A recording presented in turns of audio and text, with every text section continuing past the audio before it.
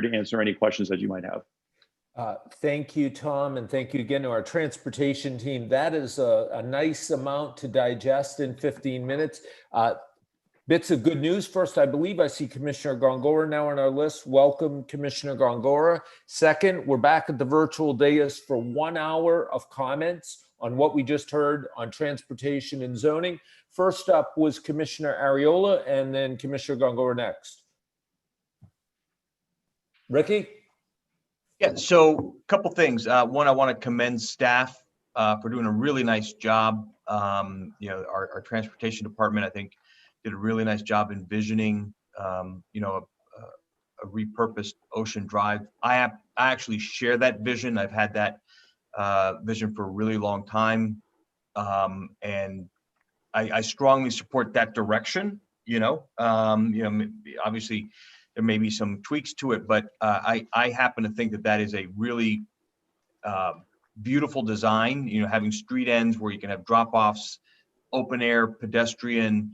Dining and walking, it makes it safe, it makes it beautiful, and I think we can figure out solutions to accommodate the concerns of the hotels. I mean, I can imagine some really beautiful trolleys, electric trolleys or golf carts moving up and down, so passengers don't have to worry about weather or moving luggage. These things can be solved, but I really like that a lot.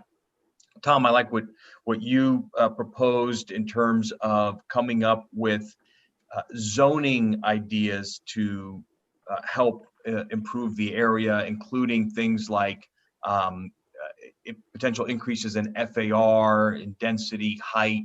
Everything should be on the table to try to really make this a world-class district. So I think everything should be on the table. The one thing that I am very reluctant to support is the creation of yet another board, the Alcohol Control Board. It troubles me. I think there's hopefully better ways to do that. I do like the idea of alcohol sales and nightclubs, bars. It's a privilege, not a right, and I think we should have better controls over allowing somebody who can sign a lease and fill out a BTR application to have, as of right, a 5 a.m. liquor license. But I don't want to make it so onerous and painful that bars and clubs don't open in the district. And I don't think that an alcohol control board is the mechanism for that. But I do like the idea of the city taking an inventory of all of the establishments that can stay open until 5 a.m. and support the ones that can do it right, but not support the ones that abuse it and contribute to the decline of the neighborhood. And my final statement is I don't want us to get solely focused on bars, clubs, and alcohol sales as the main driver of the bad behavior that we're seeing, because I think that will maybe lead us on the wrong path. It's certainly a contributing factor, but the fact is, over the last 6 months, bars and clubs have been closed, and we've had curfews, yet we still see behavior that is not consistent with the Miami Beach brand. So therefore, there's a loose correlation, if any correlation, between bars and clubs and behavior.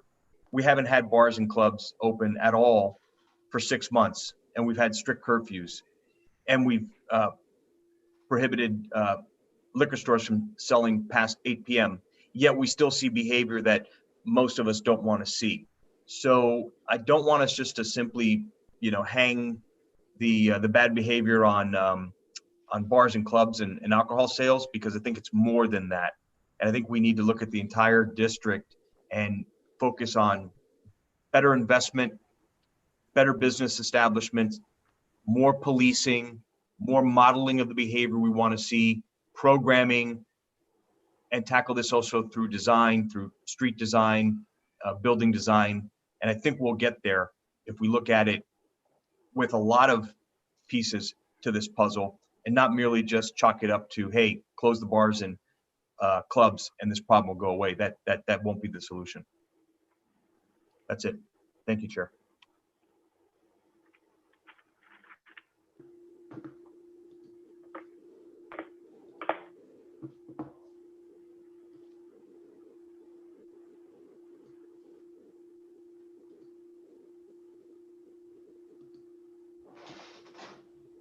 Mark, you're muted.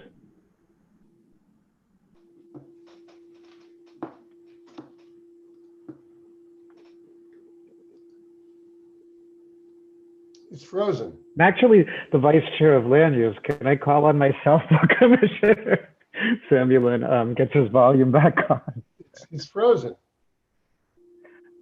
All right. I'm going to take control until he's back on for a minute. I had something to say, Mayor. I don't know if you want to speak before or after me. I saw you raise your hand after. You can go. Okay. Go. Okay, thank you all. Happy to be back with you at this meeting today. I apologize because I had to miss the earlier part for a treatment. So I missed a part that I zoomed in during the branding item to give you an idea where. So I missed all of the safety and security items. So I will look forward to going back and listening to those because I do agree with a lot, almost everything I heard Commissioner Ariola say. I do think that there is an issue on our public streets that we're never going to gain control of without adding some more strict safety and security measures of our own.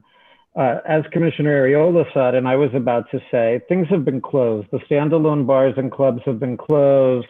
Restaurants were closed, and they were opened, and they were partially reclosed, and they were reopened. But they haven't been at full capacity, yet we've still had the problem controlling the city streets. So I do think that we're going to have to really look into some very stringent safety and security measures if we're going to get control of our own property. And I don't think that we can shift all of the blame on that to the private property owners.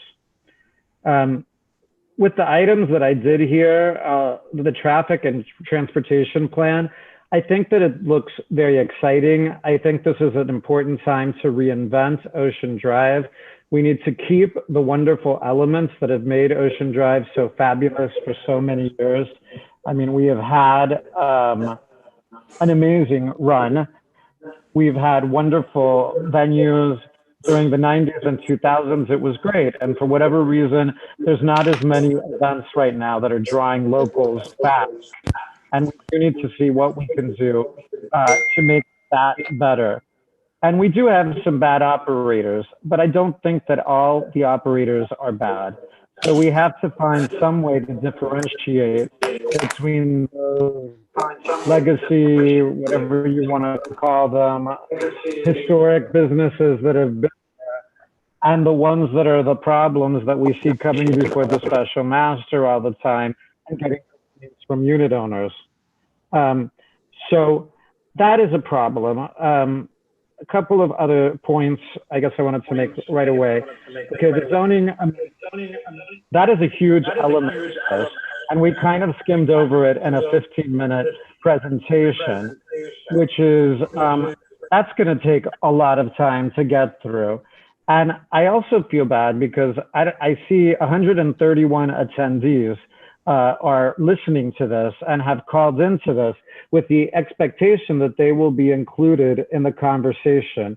And they do need to be included. Everybody needs to have a voice at this table, whether it's the residents, whether it's the business owners. We need to work on something that works. With the specific zoning amendments that were submitted, I have concerns. I have a concern about the midnight hour. I've never lived in a town that closed that early. I think when I went to high school in St. Petersburg, Florida, in the 1980s, we closed at 1. But that's, and then we'd all go to Tampa because Tampa was open later. Midnight for a historic block like Ocean Drive is very problematic for me. So I think that hour might be a starting point, but that might not be the ending point. And while I know a lot of people pay a lot of money to get whatever they want voted on at elections, this issue did go not too long ago to the voters when there was to consider a rollback from 5 to 2, I think it was, and they rejected that. The issue of saying, well, we're going to close at midnight, but then we're going to rely on an alcohol control board is incredibly troubling. Like privatization of parking, if you Google alcohol control boards, you will see that they are problematic all over the place. There are tons of fraud and accusations of payola and things that I don't think we want to introduce and bring to Miami Beach. So I don't think an alcohol control board is a good idea. And I think if you really look into it further, you won't either. Next, the alcohol control board proposed was for the city manager to choose those people. I would not be in favor of that. I would keep an open mind to a board, although my inclination is no. I would not be open to non-elected people selecting those members. The public puts their faith and their vote behind the 7 of us, and I don't think that we can mask ourselves away from that and delegate important responsibilities. So I would not support that element of the alcohol control board either. With all that said, I do think this is a great conversation. I do love the idea of reinventing Ocean Drive for the future. If we do change the name, I mentioned it during the referral, but I want to make sure that we call it something that reflects the Art Deco historical nature of the district. Because in my view, and several of us have been here that long, certainly the mayor and Mickey for sure, Ricky maybe, Ricky, yes. Things happened in the late 80s and early 90s. Miami Beach didn't happen solely by planning or solely by accident. It was the best of both worlds.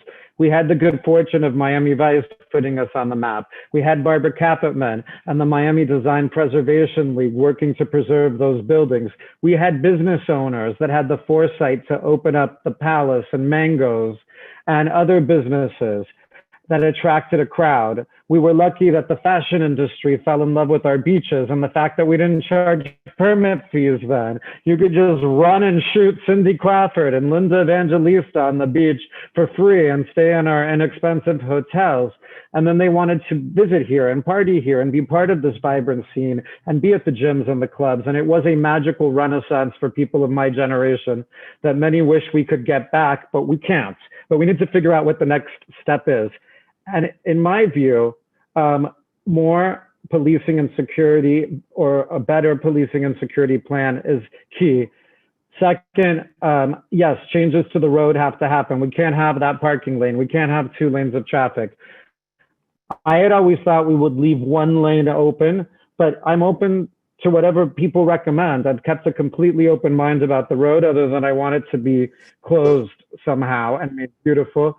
But we really need to think about how we can keep the legacy businesses going, close the bad operators, and narrowly craft legislation to do that, and do something to really bring in some exciting new blood and cultural groups and historic groups to the city. And I think some of the measures in the land use area are not specifically geared to do that. And we're going to have another meeting so that those 129 people sitting around waiting to talk to that can share their views, and we can work together in crafting them. Thank you, Commissioner Gongora. Can you hear me? You can. Yes, I think Okay. the mayor was next. I'm done for now. Thank you for your comments. I apologize. The internet was a little misbehaving. So I think I heard Mayor Gelber. I heard your comments. Mayor Gelber's next. Then I see Commissioner Richardson's hand. Mayor?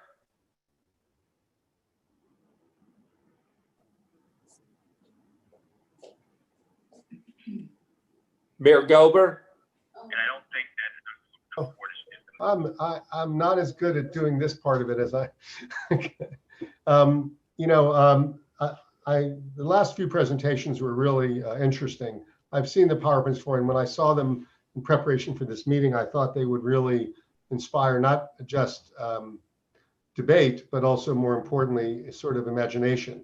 And I think they have been, so I appreciate all of them. And they're really, some ways, the ones that show what this place could look like physically and the change that will have. But I want to address a couple of things.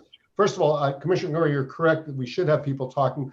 I said at the beginning, I know you couldn't be here, that the participation will happen. All of these are going to committee meetings. So there's going to be multiple committee meetings and commission meetings.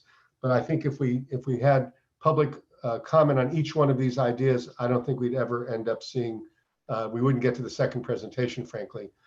So we're going to have plenty of time to talk these things over.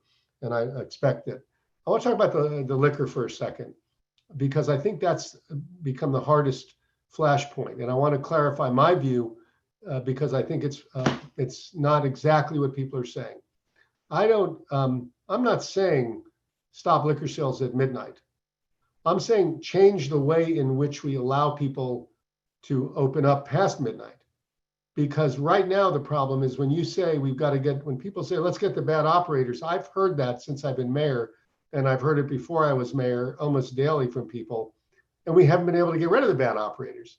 You go down a lot of these places and look at Yelp scores, they're one-star places. There are some great places there, but the problem is when you have great places surrounded by places with 1 star, you're at a race to the bottom, and there's no floor. And we need to create a floor, and we need to create a mechanism by which we can control operators so that good ones have nothing to worry about and bad ones don't survive in the city. If there's one thing that's clear about the current system, bad operators survive in the city. We are unable to stop them under the current system. Nobody can argue with that, because the only thing that has affected the operators that you might not have liked here is this pandemic, unfortunately, which affected everybody. But at the end of the day, we have to have a better system for controlling our bad operators. So this idea is simply the following. Rather than let everybody go till 5 a.m., and there's dozens and dozens or more than that, I have a list, it's just an enormous amount, where you can't control everybody. Give everybody that privilege with extremely exacting requirements. So that if you want to stay open past midnight, let's say you're a restaurant, I could see us creating a system where we say, everybody, you start at midnight, everybody. Some places are going to say, we don't want to stay up all night, but we have a late dinner crowd. We want to stay up till 1. And all of a sudden we have a ticket for that kind of opening. Some people may say, well, we have a little bit later bar. We might want 2 or 3. We have exacting requirements for that. And all of these are conditional uses, or even with exacting requirements. And then if somebody wants to open up a club later, we'll have even higher exacting requirements for that. I lived in Ocean Drive in the 90s. There were clearly clubs at that point. There were clubs at that point that stayed open all night. I didn't know where any of them were. Nobody invited me to go to any of them. I just was that kind of guy. Nobody wanted a federal prosecutor at their club at night, but I know they were there, and it was just fine because they were clubs that were pretty high end and things were going on. Now we have establishments that on a regular basis promote parties for thousands of people, where the promotion is, we're going to just let it all go crazy, guys. And then a place with a capacity for 500 is filled up, and there's thousands of people wandering around our streets with nowhere to go because they were coming to this party. That place should be shut down the next day. It just shouldn't exist in the city. And I think anyone who says we need to get rid of the bad operators, yeah, I agree. We just haven't done that yet. So we need a new approach. And I don't care what that approach is. But if all we're going to do is say, well, every business that's been here for a while, we're going to let you continue, we're not going to apply it to you. I want them to trust us. I want them to trust the fact that we'll create what we're going to break it down and build it up. We're going to break it down and say, everybody starts at midnight. If you do the following 4 things, you stay open to 1. You do the following 4 things, you can stay open to 3. And if you want to stay open all night, here's what you must do. And then we get to control it, because they're all conditional uses with exacting requirements. And then we get to control other things. And I don't want to say it publicly, but maybe we get rid of the big drinks on Ocean Drive. Oh my God, I said it. Okay, maybe we do things to elevate the experience a little bit.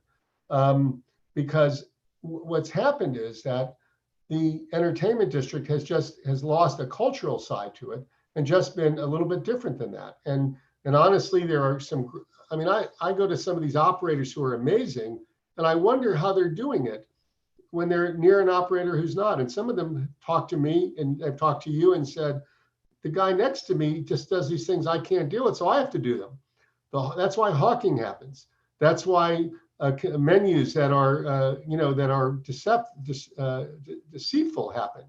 So we've got to find a new system. So my approach isn't to say we're shutting down at midnight. My approach is to say everybody starts at midnight, and anyone goes above it has to comply with this. And I don't care if it's a board. I don't care if it's a group of people that work for the city. But I know this, and that is the current system hasn't stopped any of it and only allowed it to snowball. And that is not something we can continue. So if you want to do the same thing over and over again, don't change it. And you'll have it. I don't think liquor is the problem, but I think we sort of send a message out when we don't have enough better establishments. And I remember in the 90s, and I know Michael was wistfully remembering that time a moment ago. He's right. I lived next to the News Cafe on Ocean Drive. I drove a '66 Mustang convertible, which I sold to buy my wife her wedding ring, her engagement ring. And it was the restaurants were across the board were of a higher quality. We still have some of them there, but we don't have enough of them, and we need more of them. And I just think that's it. If you go look at Yelp across the entertainment district, there are some great places. And there are some that, Yelp doesn't go below 1 star. Okay, we have 1-star restaurants there, and almost all of the things that people talk about are getting ripped off on their drinks or things like that. That just shouldn't happen in the city. And I don't know how it continues to happen. We've tried to stop it. So what I'm imploring you to do is say, change the system so that our enforcement is easy and that everybody knows the rules. Because I do believe this. If we raise the floor, that will be where everybody goes to. If we have no floor, we're getting what we deserve. And we've got to change that. And I'm convinced of it, and I'd love your ideas and help. I think many of you have been thinking about this longer than I have and have probably a better ability to deal with it. So that's it. Sorry to speak so long. No, thank you for your comments, Mayor. I believe Commissioner Richardson is next, then Commissioner Minor. Thank you, Chair. I will add to some of the wistful remembrances of my younger days. I won't say my young days, I'll just say younger days in case anyone's keeping score on my age. But, Michael, you really summed up some history quite well about what happened in this very magical place. A lot of it was planned, and some of it was quite by accident. And there's one important piece of history that I want to add that I saw as I started coming down first on vacation in 1990 was maybe my first vacation down, and very quickly decided I needed to live here.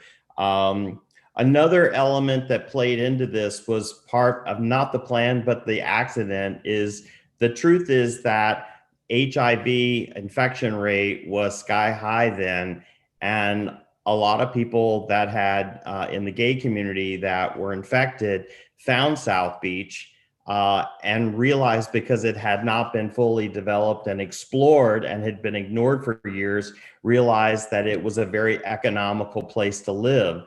And the truth is that a lot of people who had AIDS came here with the idea that they would come here and they would live out their life in this glorious, wonderful, magical place.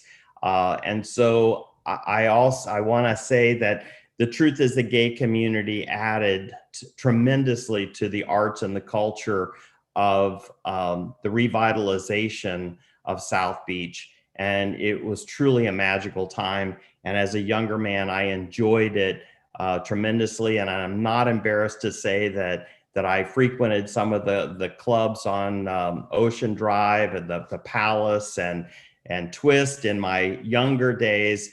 And it was really an amazing, amazing place. So the reason I think that's so important is that, cities go through cycles of ups and downs. And we saw in the Gleason years, the city was on top of its game. And then the city and Lincoln Road, for example, fell into a bit of disrepair. And these things are normal cycles in communities. But what we're trying to do is to avoid a normal cycle. So, we've come off of an amazing run in South Beach in particular.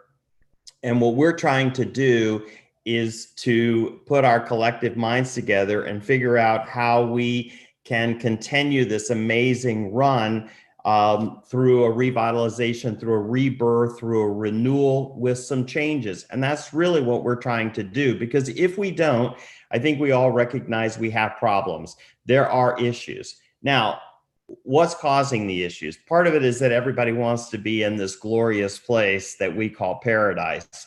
I think Ricky said it well, and some others said it.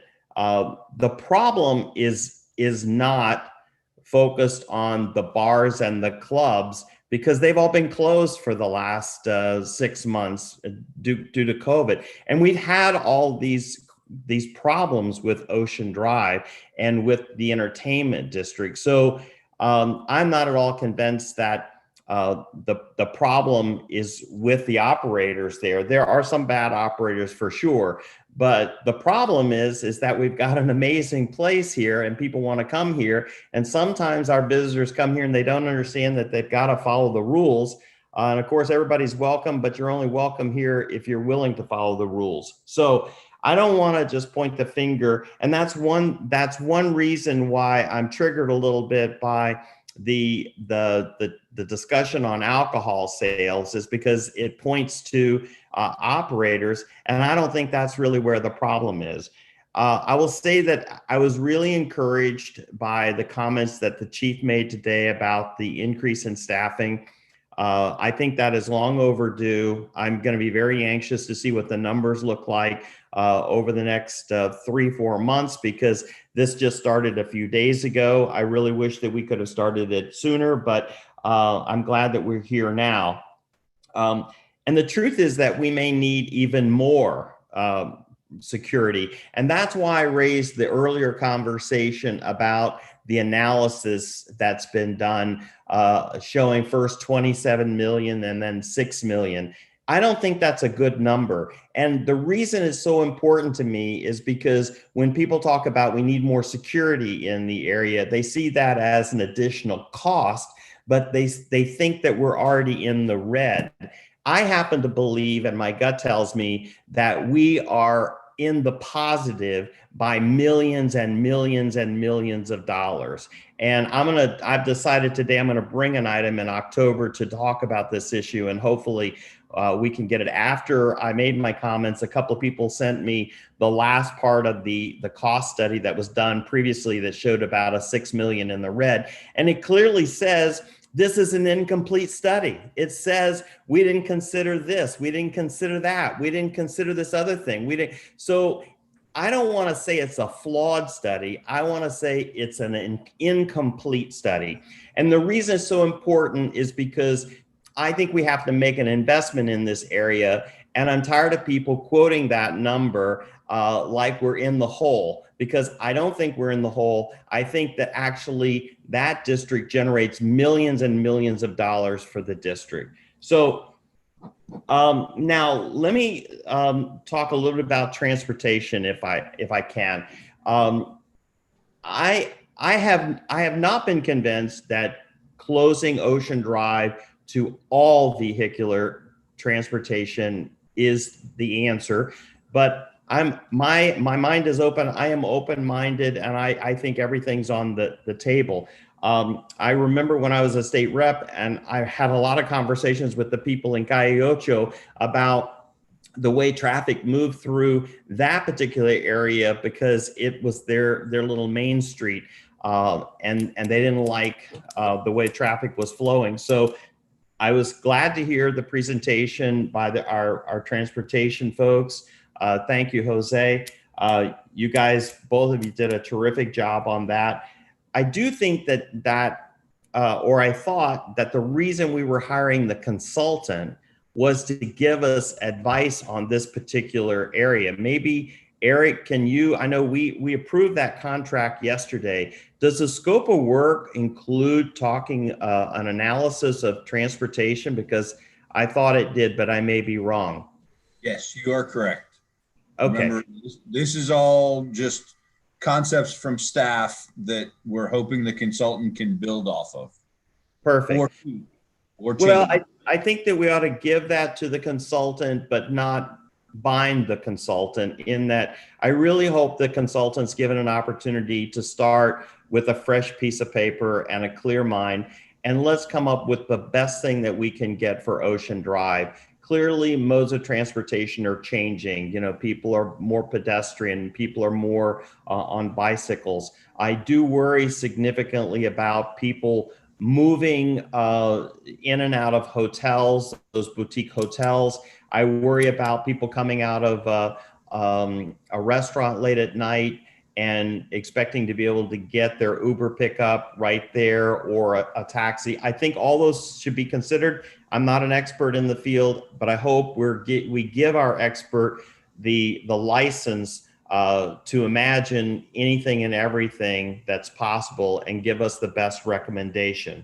I would say the only thing that's not on the table for me for Ocean Drive is changes to the iconic architecture on the facade, on the front, so that the view from Loomis Park, when we look at that beautiful iconic facade and the architecture, for me, that's off the table. I don't want to see that historic architecture change, but I'm really encouraged by the comments about looking at potential changes with FAR, with back of the house, and other things that will facilitate the modernization and utilization of facilities. So that's very encouraging.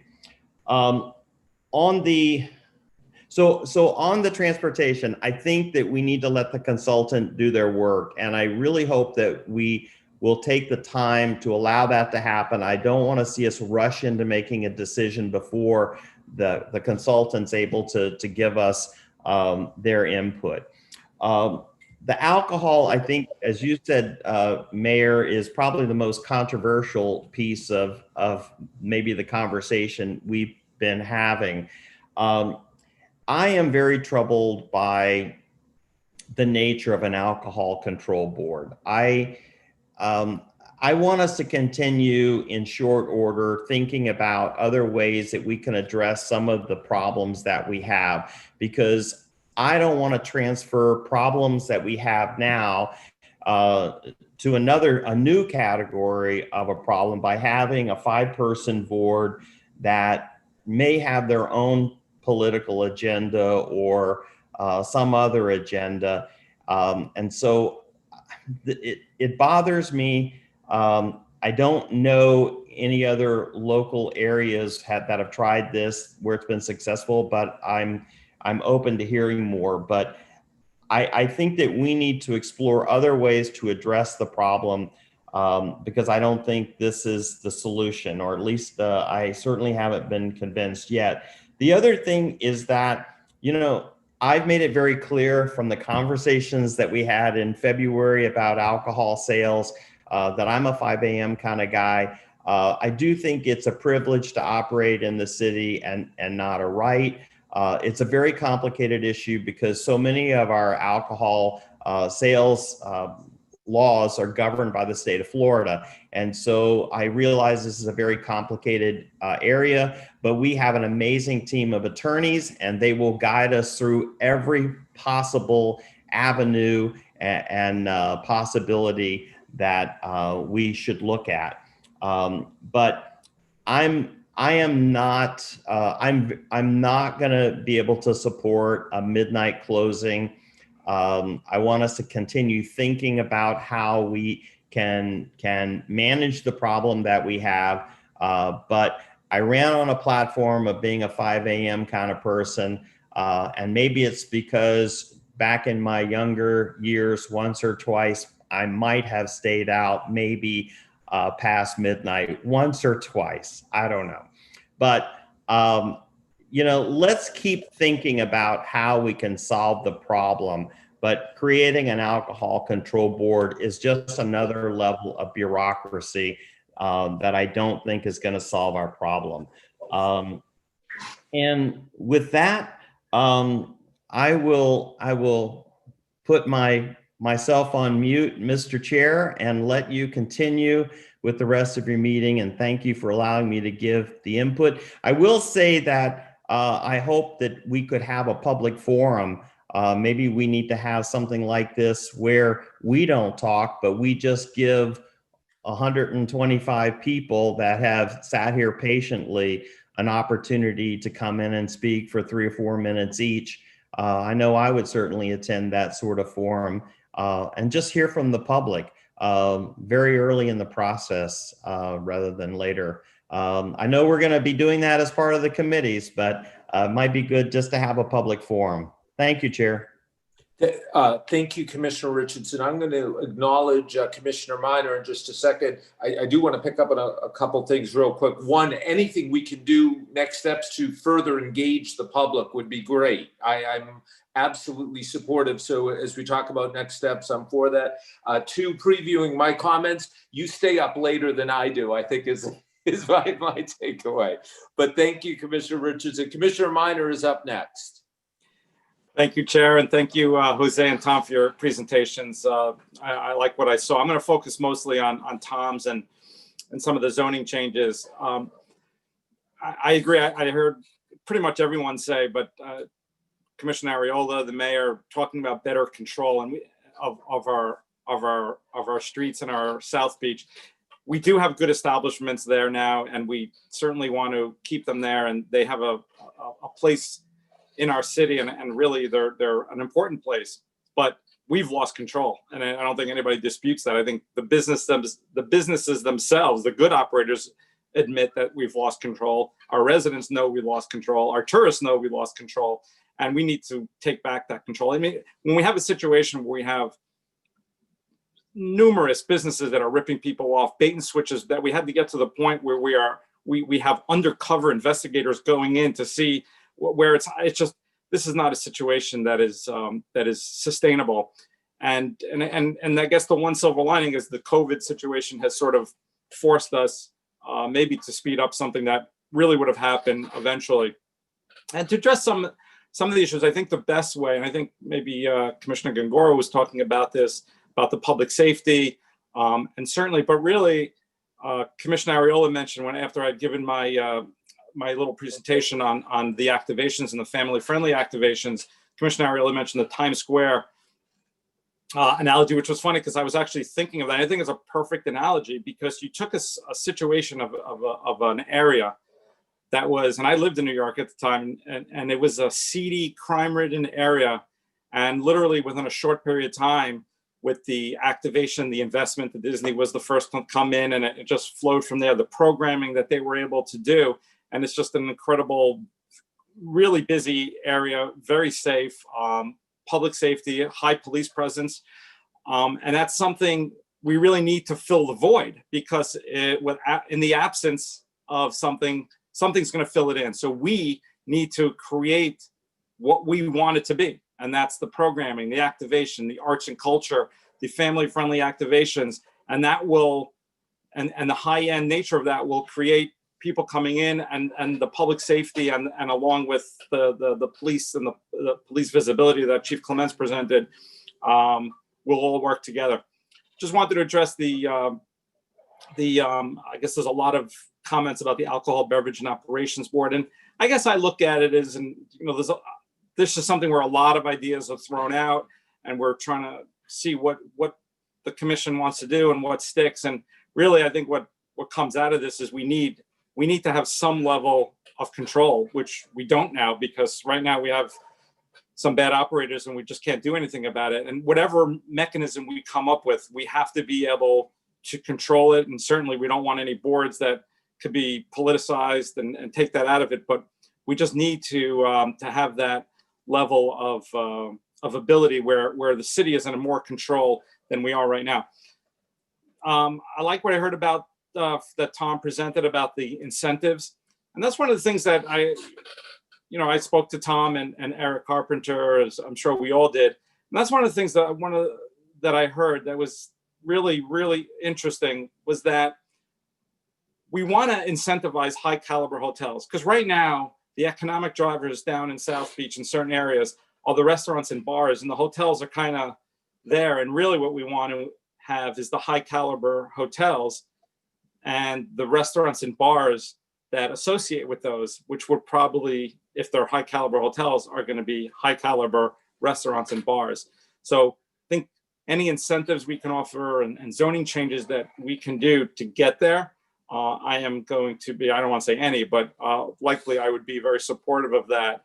The alley connectivity that we spoke about, and the incentives. So I like what I'm hearing. I think we're in the right direction. I would just add, I am in favor of pedestrianizing certain areas. Ocean Drive, I think that fits in with what we're talking about. Also the programming and family-friendly programming in the area. I think that all flows from there. So thank you again. This has been great. Thank you, Commissioner Minor. I believe I've heard, I don't see any hands at this moment, so I am going to give some comments, and then I want to recognize the city attorney. Let me first talk a little bit about alcohol. Chair, I still have, I put my hand back up just to loop back. Is that okay? Yeah, oh, absolutely. Can I go round one and then loop Yeah, of course. two? Would that be okay? Yep, So please. let's do this, and I'm going to speak, then you're next, and then Raul. Thank you, Ricky. So let me just give my thoughts around alcohol and the situation on Ocean Drive.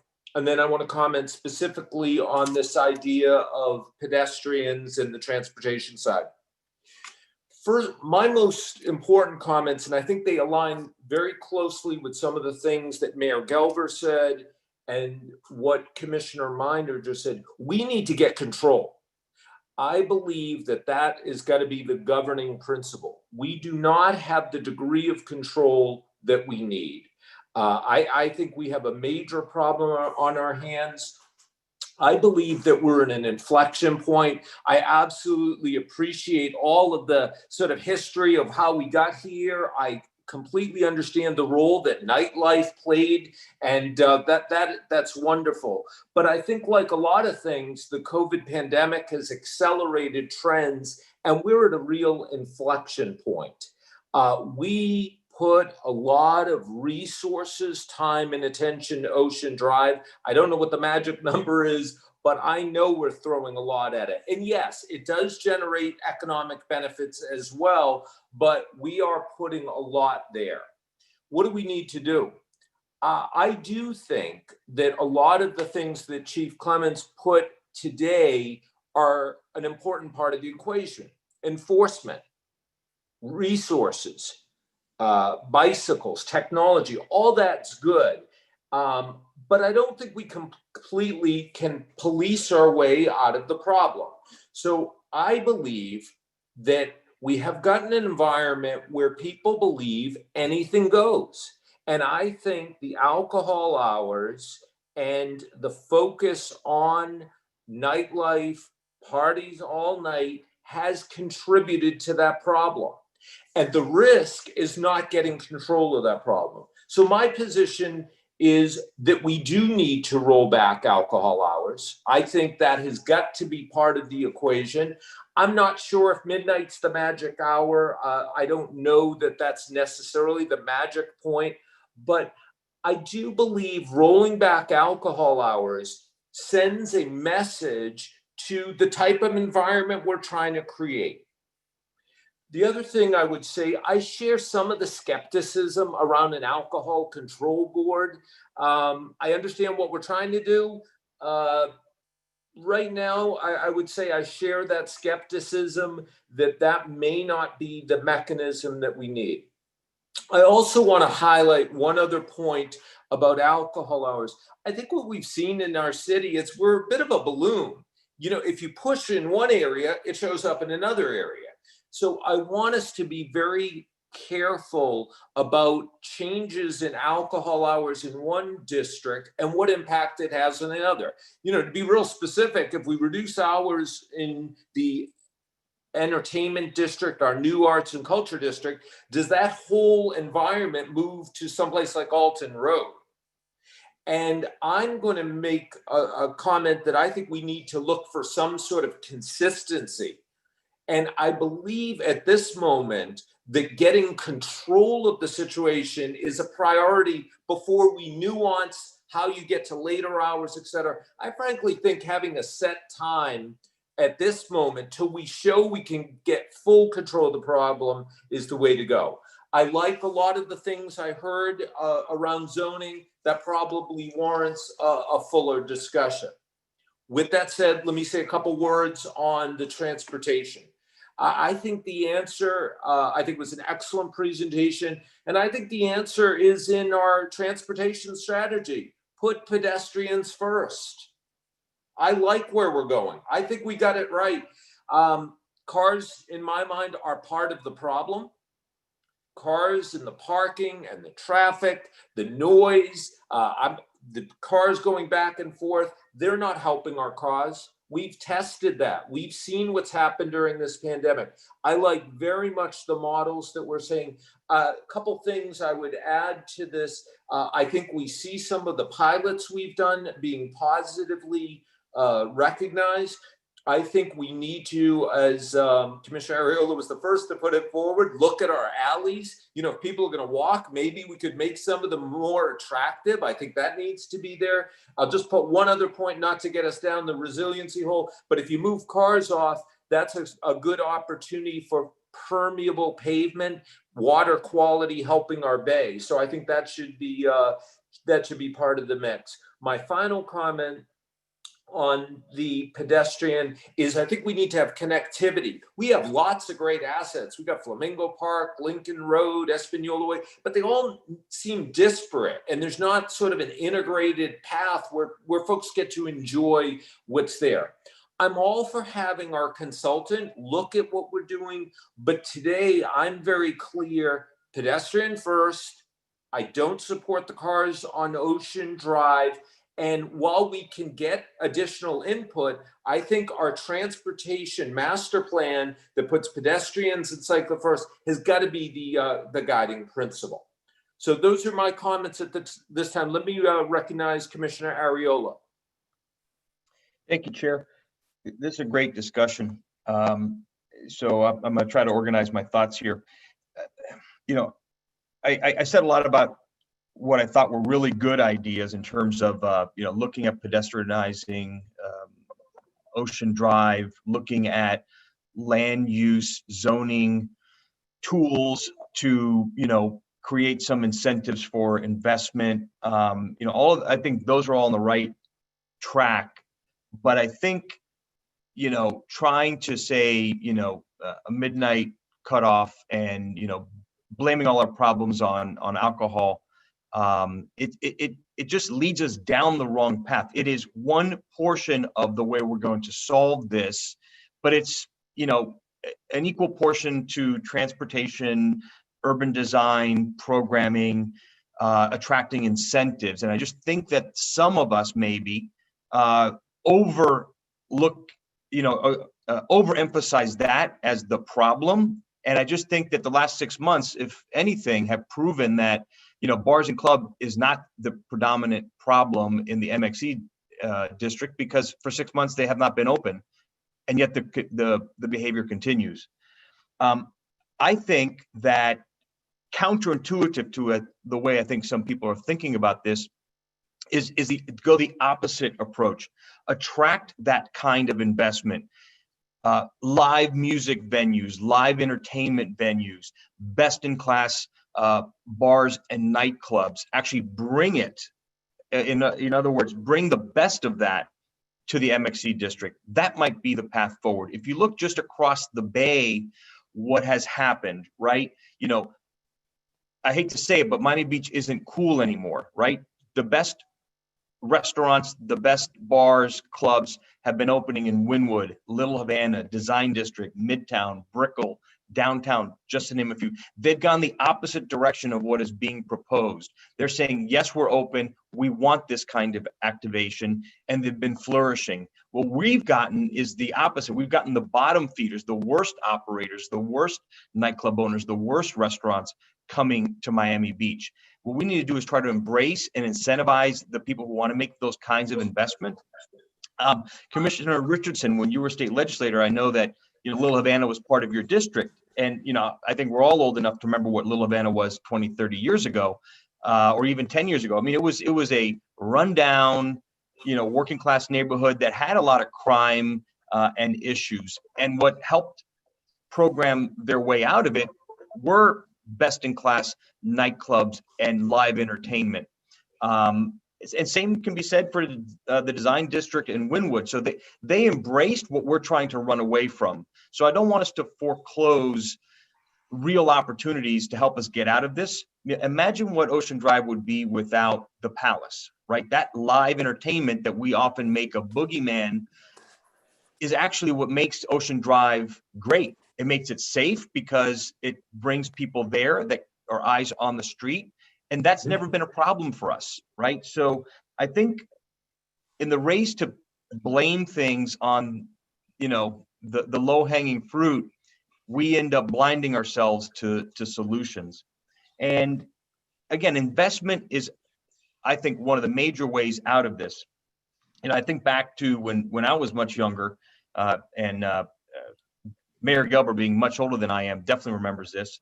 When Barbara Capitman, led her efforts to preserve the Art Deco buildings, other things were happening at that time too. Remember, the Army Corps of Engineers dredged our bay bottoms and filled in the beach, right? That was a major catalytic event to bring the Miami Beach Renaissance to fruition, right? Investment is what's going to get us out of this. The same way investment helped reposition Times Square.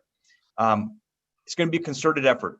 It's going to be making the streets safer. It's going to be making investments that we're going to want the investment community to make pay off. They have to know that if they invest, tens of millions of dollars in a hotel, or millions of dollars in a restaurant or nightclub, or a big retailer comes and establishes their flagship hotel there, the flagship retail store, that they're not going to have homeless people sleeping at their doorsteps, or violence in the streets. So this has nothing to do with alcohol sales. This has to do with letting people know that the streets are going to be safe. If people make investments, it's going to be safe, and the city's going to do its part. The one thing we don't talk about is what kind of controls or regulations can we have to things like hotel rooms. We never talk about hotel rooms. When hotel rooms start going for $80 a night and allow people to sleep 4 to a room, you attract a certain kind of clientele. That clientele is the kind of clientele that likes to perhaps party in the street, drink in the hotel rooms. That kind of behavior is also part of this. And I think we need to think about, how do we get our hotel partners to be part of the solution, and to maybe upgrade their facilities. What can we do to incentivize that, or penalize it if they don't? Some good news that I think we should also focus on, just on Ocean Drive. The Celine Hotel, I don't know how many hundreds of millions of dollars they've invested. They're on the verge of opening. The Tides also is another major property on the verge of opening. And then if you all have been on Washington Avenue recently, the areas between 6th and 7th have had, as well as other parts of Washington Avenue, have had a lot of investment that's about to come online, probably, hopefully in 2021. What is that going to look like? Española Way, I think, pre-COVID was doing fantastic, because the city had made a major investment of infrastructure in that street. So again, I want us to think about investment as a way out of this, and maybe counterintuitive to the way we're headed with closing and being more restrictive, maybe opening it up to best in class bars and clubs, restaurants, live entertainment. That might be a better solution. So that's where my head's at. Thank you. Commissioner Ariola, thank you very much for those comments. Colleagues, just a quick check here. We have 20 minutes left. We're going to wrap by 5. That was the plan. I'm going to recognize our city attorney who wants to share a couple thoughts, just to get the thoughts going. Any suggested next steps, actions that you want to put on the table about anything else, let us know. We're sort of winding down, and that's an open call to whoever has a thought. But now I'd like to recognize Raul to give us any comments from the city attorney's office. Raul.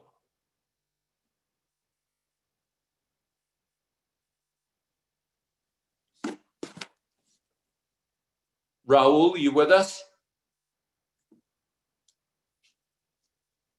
Okay, we'll give Raul a second here.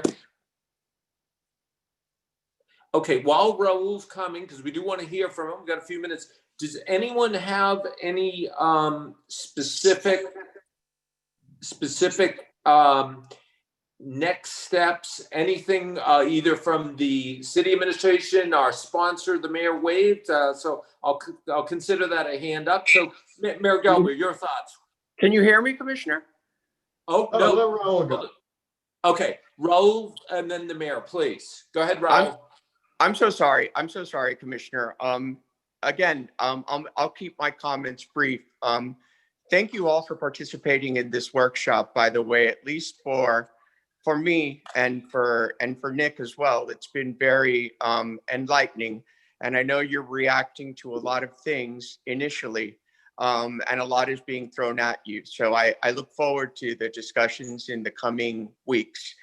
As always, as your city attorney, it falls upon me, and sometimes it's not the best part of my job, but it kind of falls upon me to advise my client of potential risks. And with that said, I have been working closely with Tom and, as I said, Nick Kalergis on a very limited portion of this presentation, which is actually the LDR amendments, and in particular, the rollback of the alcohol service hours, as well as the alcohol control board. Because the public is not engaging today and they will engage in the future, I also wanted to be respectful to counsel for some of the alcoholic beverage establishments that have reached out prior to today's meetings with issues that are of concern to them and therefore are of concern to me. With regard to the alcoholic beverage hours of operation, and for those of you that have your packet and read your memo, I mentioned briefly that it's probably, as Tom said, one of the more complicated, at least from a legal perspective, issues that you will be addressing here. We have been advised from alcoholic beverage establishments on Ocean Drive that are currently authorized to sell and serve alcohol until 5 a.m. pursuant to a conditional use permit, that their argument is they feel they have a vested right to continue to do so under the laws, of course, in compliance with the laws. We have also researched case law that we have researched in the past. I mean, just as an aside, you know that I've been involved with this issue back since Mayor Levine was here. And most recently, we successfully defended the placement of a ballot question, which would have rolled back alcohol hours to 2 a.m. That ballot question was challenged as far as placing it on the ballot. The city won. The ballot measure ultimately failed.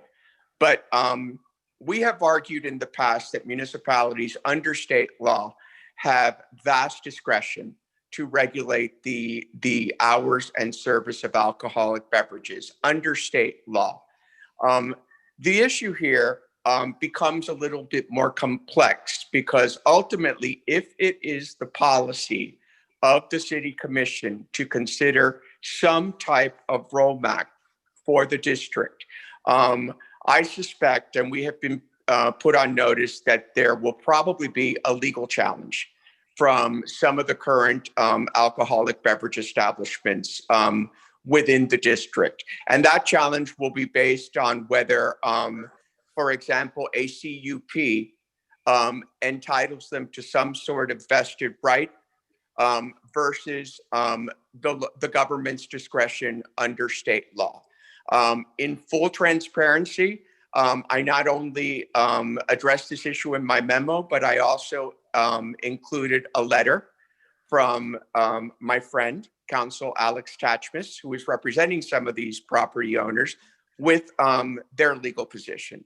So again, we will certainly abide by and vigorously defend whatever policy this commission determines. But I think that, prior to considering legislation that has potential legal issues, it is really my job to disclose that to you earlier than later. And that's really all I wanted to say at this point.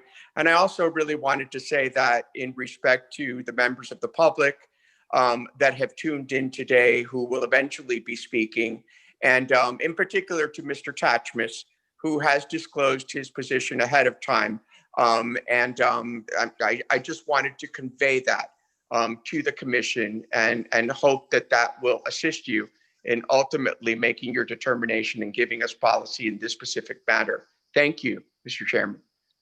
Thank you, Mr. City Attorney. As always, I appreciate that. Let me recognize Mayor Gelber, and I believe I saw Commissioner Richardson's hand who would come next. So Mayor Gelber, you're up first. Good, and we're getting ready to close this thing down probably pretty soon, right? Yes. So, saw that thumb, David. So here's a couple of things. First of all, this is the last thing I want to talk about generally in a couple of details. So first of all, I hope that you saw from the presentations that there are a lot of bold ideas here. If just the physicality of this area has real imagination. And I don't want to be, I get teased a lot, mostly by Areola, that I'm like the father in Footloose, and I want to stop anything that's fun. And I am going to get to the scooters at some point. But I think that I recognize that this is an amazing electric city, and that's why a lot of people live here. They like the idea that it's not any town USA. It's a town that's for our size is one of the highest brands in the world, and everybody visits and everybody wants to be here. And I always describe our city as a place that produces memories. That's what we manufacture. We don't have a manufacturing base. We produce memories for people. So the question really becomes, how do we, in this area, how do we get to a point where we're producing more of the memories we want to produce than the memories we don't want to produce? That's really the question, if you think about it. Because when I see people walking around enjoying our city, I feel a swell of pride.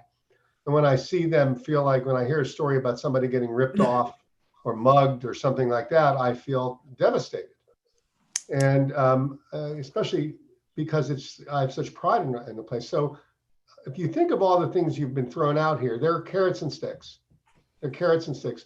Hopefully more carrots than sticks.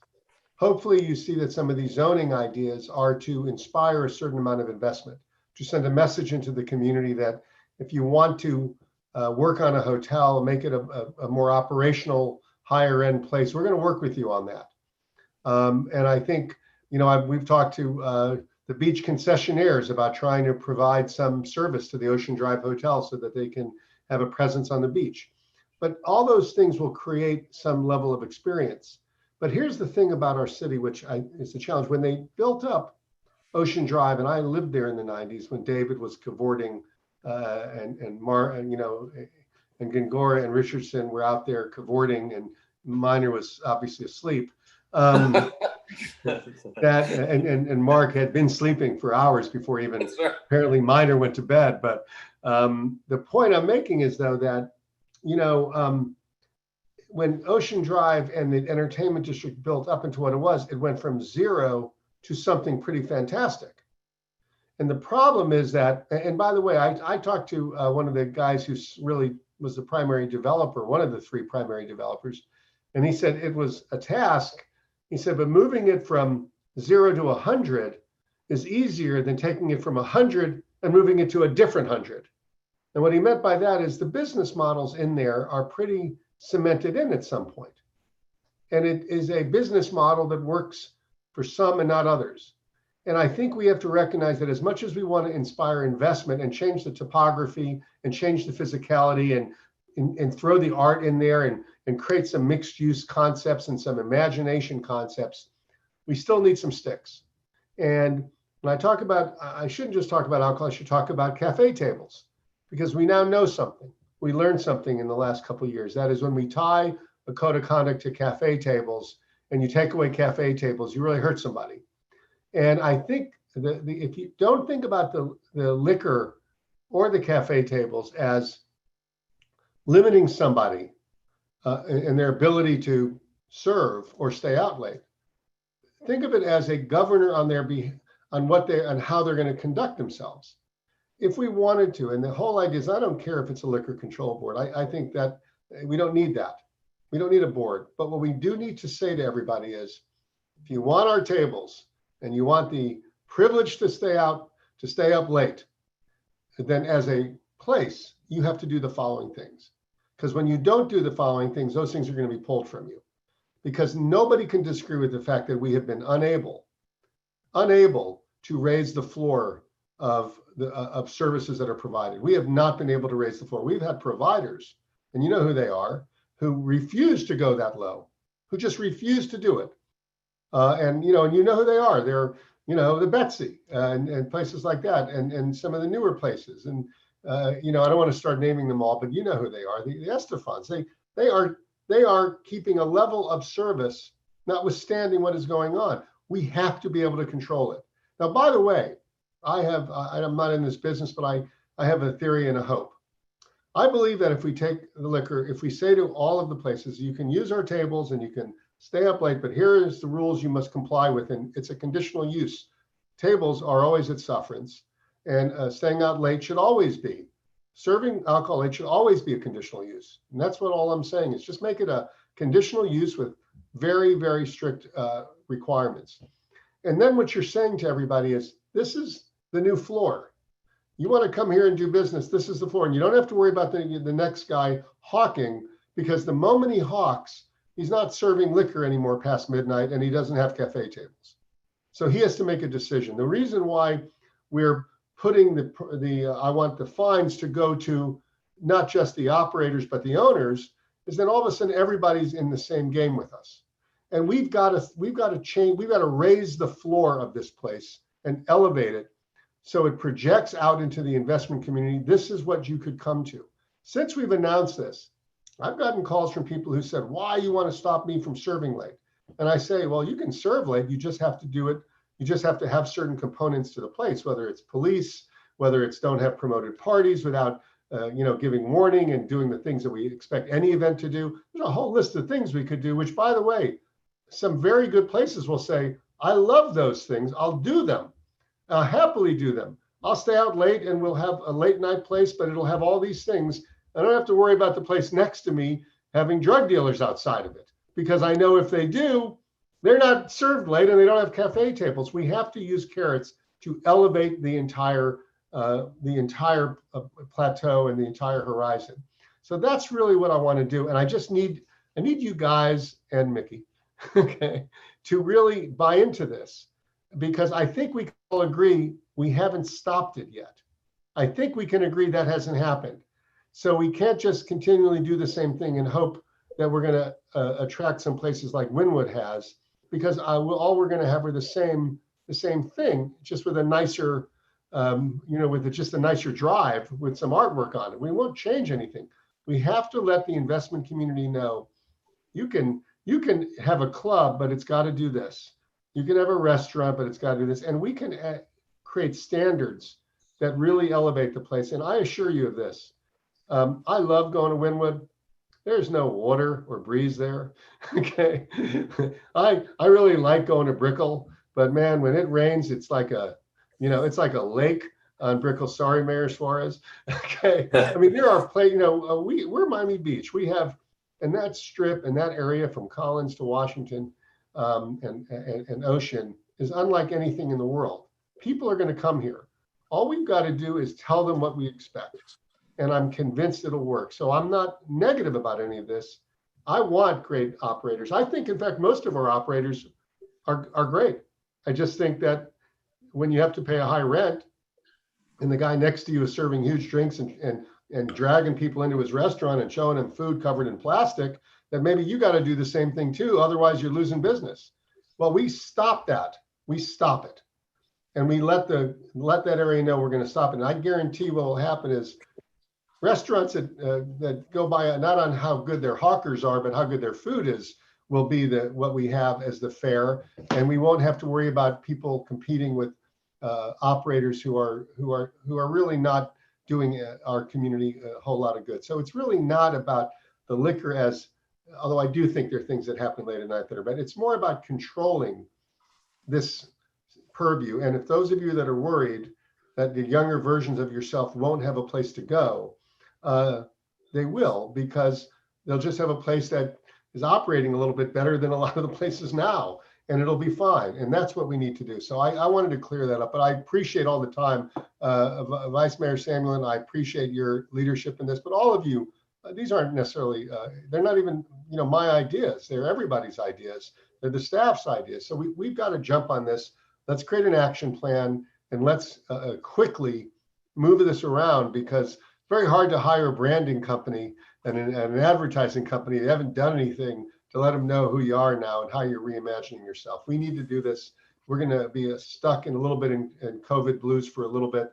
We should use this as an opportunity to really jump onto this and emerge as the beautiful, exciting, iconic, safe place that we know we are. Thanks, everybody. Thank you very much, Mayor Gelber. We've got just about 5 minutes left. I want to recognize Commissioner Richardson. I believe I saw Commissioner Gongora's hand. So, gentlemen, a couple final comments would be great. Sure, I'll be brief. I'll keep it to 45 minutes or so, Chair. Thank you. So let me just follow up, Mayor. I think the one thing, Mayor, that you said that I just want to double back on is, because we all have the best of intentions here, but I do want to emphasize, when you say we haven't fixed it yet, I want to say again that over the last 6 months, as the bars and the clubs have been closed, we have seen the problem exacerbated. So the problem that we have, I do not believe is happening inside the club or from people coming outside the clubs. Primarily, we do have a problem with bad operators, and we need to fix that. But if you look at what's happened on the street and some of those horrible videos, it's from some of our visitors that are coming here that are going to the package store. They can afford to drink on the street and so forth. I am so encouraged to hear about the increase of police presence. I'm going to ask the administration to bring the chief back in our October meeting to give us an update, a briefing. We've just started this new staffing plan 3 or 4 days ago. So I think we're going to learn a lot more in a few months, and we need to see how the trends go. The other thing I think that we need to be careful about is I think that our community can serve so many different communities in terms of the type of tourists that we attract. And so when we talk about wanting family-friendly activities, those are incredibly important. But what I don't want to get lost is that everyone is welcome in Miami Beach, including people who may not have a family. So I think there's a place for people to come and have a good time and enjoy our entertainment, and maybe even have a drink or two. And that can coexist with family-friendly activities. And so I want to be clear that everyone is welcome in Miami Beach. The one thing, because Chair, you asked us for follow-up, that I would like to see a little, this is a very complicated issue, but I think we need to have a more in-depth conversation about economic development and activation. And I realize it's so difficult because we have things all over our city. But that's one area where I think that I'd like to see, and I'll be reaching out to the administration on that. And with that, I'm going to go because I know you got to recognize one other person. Thanks, Chair. Great. Thank you, Commissioner Richardson. Commissioner Gongora. Thank you, Chair. Excellent conversation. I think this is a great item and the start of discussion that we must act on and come up with solutions that work. I missed some of the branding component, but similar to what Commissioner Richardson, I think, was saying, when we program things for Ocean Drive, it works. People want to be there. People want to be there during Art Basel, during the Super Bowl, during Pride, and during times that we have activated it for more interesting things than just whoever may show up. This I don't know where it came from, but when I left the commission in 2013, I used to go to Ocean Drive all the time, and I still go because I still enjoy stopping by the Palace and eating at a few of the restaurants that are there. Not a lot. There's not a lot of great ones, but there are some really good ones still. And we need to promote bringing back that crowd without having to worry about going there and people brazenly blowing marijuana in your face or twerking or fighting or doing tacky things. So I think if we build it, it will come, and we need help to be able to brand it properly and bring those people back. And the last thing I'll say, because I know that we're over time as well, the bad operators, we need to crush, we need to stop, we need to stamp out these businesses that are giving a bad reputation to our city and to the good business owners. And I would like to see as well legal and planning to think about perhaps even more narrowly tailored legislation. And my final order now, we're still operating in terms of emergency, where the city manager has been able to take unusual measures to stop things. If there are bad operators that are acting in contrast to what we want, use those emergency powers. Stop them now. Let's take advantage of the moment that we're in to protect the health, safety, and welfare during the pandemic. And let's not punish the good ones. That's it. Okay, thank you, Commissioner Gongora. I see the manager, Mr. Morales' hand is up. Jimmy, did you? I will truly be brief. I just wanted to really thank Eric and the entire staff. It was about 6-7 weeks ago, as everyone was thinking about entering the August break, that the mayor and the commission challenged staff to, 6-7 weeks later, come back with this session today. And I want to thank them. I know they all worked hard. Eric shepherded, but everybody, the department directors, did a lot of hard work on this, and there's a lot of hard work left to be done. Because this really is just step one. But I wanted to thank them for that effort. A lot of good ideas and some controversial ideas.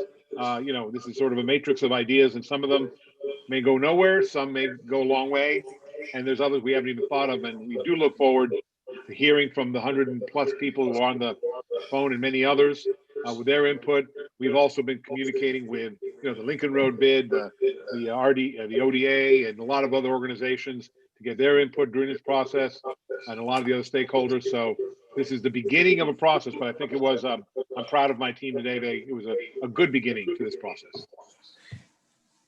Thank you for that, Jimmy. And let me just close with also adding my thanks. Well done by the team that pulled this together, especially Eric and his job. Thank you to my colleagues. We're at the beginning of a journey. I hope we can all feel good about step one, and we look forward to next steps. So with that, this meeting is adjourned. Thank you to all.